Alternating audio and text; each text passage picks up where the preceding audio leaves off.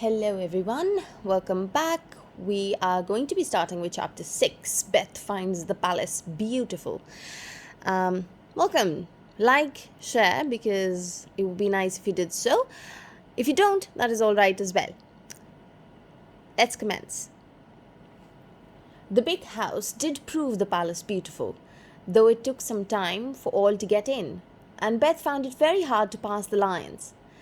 Old Mr. Lawrence was the biggest one, but after he had called, said something funny or kind to each of the girls, and talked over old times with their mother. Nobody felt much afraid of him, except timid Beth. The other line was the fact that they were poor and Laurie rich, for this made them shy of accepting favors which they could not return. But after a while, they found that he considered them benefactors, and could not do enough to show how grateful he was for Mrs. March's motherly welcome, their cheerful society, and the comfort he took in that humble home of theirs. So they soon forgot their pride and interchanged kindnesses without stopping to think which one was the greater one. All sorts of pleasant things happened about that time, for the new friendship flourished like grass in spring. Everyone liked Laurie, and he privately informed his tutor that the Marches were regularly splendid girls. With the delightful enthusiasm of youth, they took the solitary boy into their midst and made much of him. And he found something very charming in the innocent companionship of these simple hearted girls. Never having known mothers or sisters, he was quick to feel the influences they brought about him, and their busy, lively ways made him feel ashamed of his indolent life he led. He was tired of books and found people so interesting now that Mr. Brooke was obliged to make very unsatisfactory reports, for Laurie was always playing truant and running over to the Marches. "Never mind, let him take a holiday and make it up afterwards," said the old gentleman. "The good lady next door says he's studying too hard and needs young society, amusement, and exercise. I suspect she is right, and that I've been coddling the fellow as I had been doing his grandmother. Let him do what he likes, as long as he's happy. He can't get into mischief in that little nunnery over there, and Mrs. March is doing more for him than we can." What good times they had, to be sure! Such plays and tableaux, such sleigh rides and skating frolics, such pleasant evenings in the old parlor, and now and then such gay little parties at the great house. Meg could walk in the conservatory whenever she liked and revel in the bouquets. Jo browsed over the new library voraciously and convulsed the old gentleman with her criticisms. Amy copied pictures and enjoyed beauty of her heart's content, and Laurie played Lord of the Manor in the most delightful style. But Beth, though yearning for the grand piano, could not pluck up the courage to go to the mansion of bliss, as Meg called it. She went once with Jo, but the old gentleman, not being aware of her infirmity, stared at her so hard from under his heavy eyebrows and said, "Hey!" so loud that he frightened her so much her feet chattered on the floor. She never told her mother, and she ran away, declaring she would never go there any more, not even for that dear piano. No persuasions or enticements could overcome her fear, till the fact coming to Mr. Lawrence's ear in some mysterious way. He set about mending matters.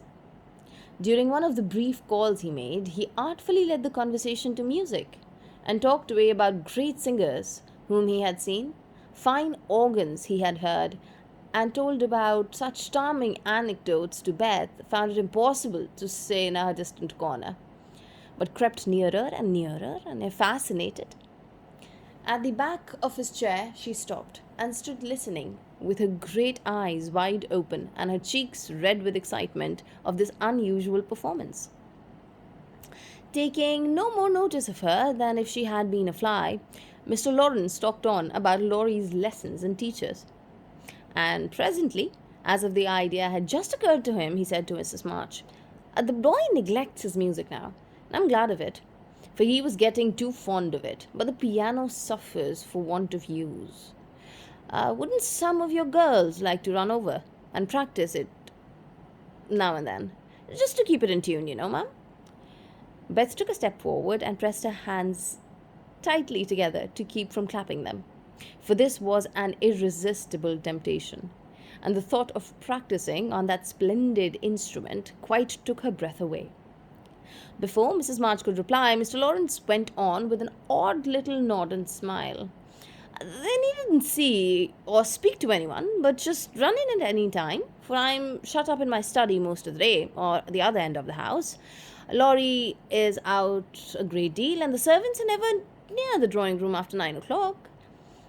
Here he rose, as if going, and Beth made up her mind to speak, for that last arrangement left nothing to be desired. Please, tell the young ladies what I say, and if they don't care to come, why, never mind.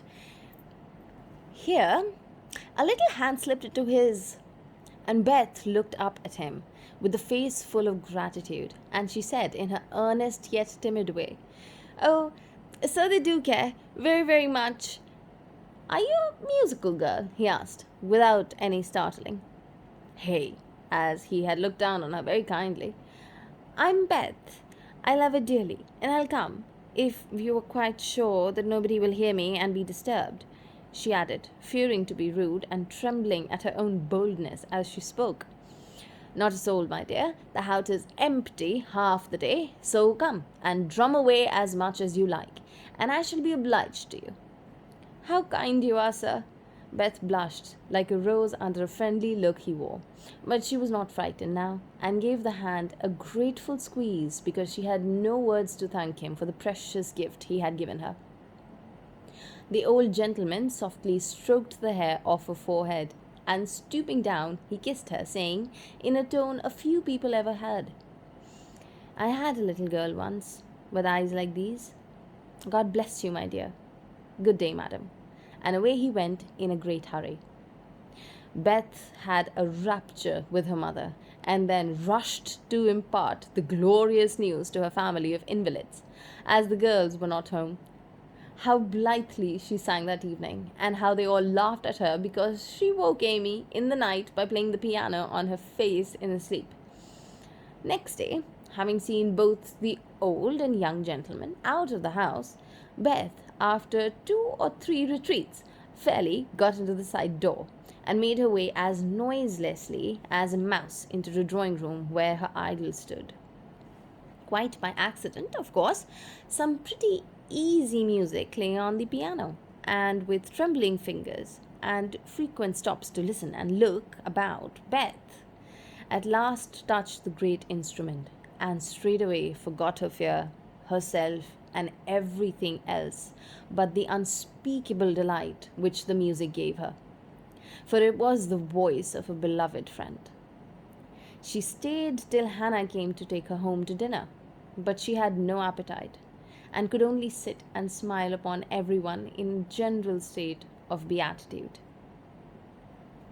After that, the little brown hood slipped through the hedge nearly every day, and the great drawing room was haunted by a tuneful spirit that came and went unseen. She never knew that Mr. Lawrence opened his study door to hear the old-fashioned airs he liked. She never saw Laurie mount guard in the hall to warn the servants away. She never suspected that the exercise books and the new songs which she found in the rack were put there for her special benefit.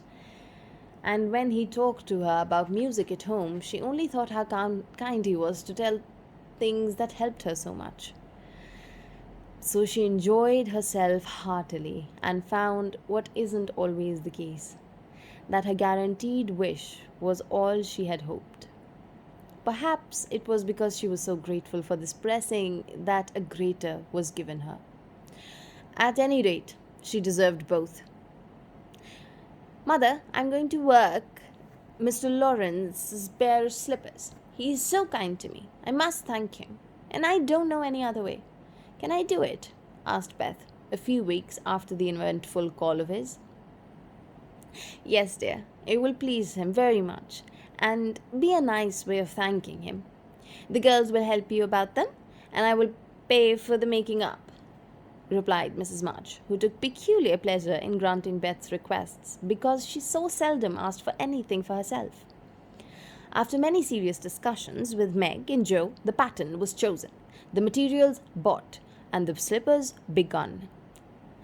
A cluster of grave yet cheerful pansies on a deeper purple ground was pronounced very appropriate and pretty, and Beth worked away early and late, with occasional lifts over super hard parts.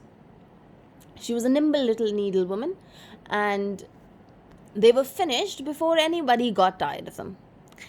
Then she wrote a short, simple note, and with Laurie's help got them smuggled onto the study table one morning before old gentleman was up. With this excitement over, Beth waited to see what would happen. All day passed, and a part of the next before any acknowledgement arrived, and she was beginning to fear that she had offended her crochetty friend. On the afternoon of the second day, she went out to do an errand and give poor Joanna, the invalid doll, her daily exercise. As she came up the street on her return, she saw 4 heads popping in and out of the parlor window. And the moment they saw her, several hands were waved and several joyful voices screamed, "Here's a letter from the old gentleman. Come quick and read it." "Oh, Beth, he sent you," began Amy, gesticulating what unseemly energy, but she got no further, for Joe quenched her by slamming down the window. Beth hurried on in a flutter of suspense.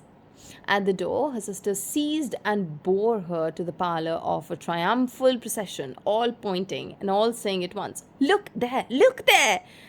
Beth did look and turned pale with delight and surprise, for there stood a little cabinet piano with a letter lying on the glossy lid directed a signboard to Miss Elizabeth March. "For me!"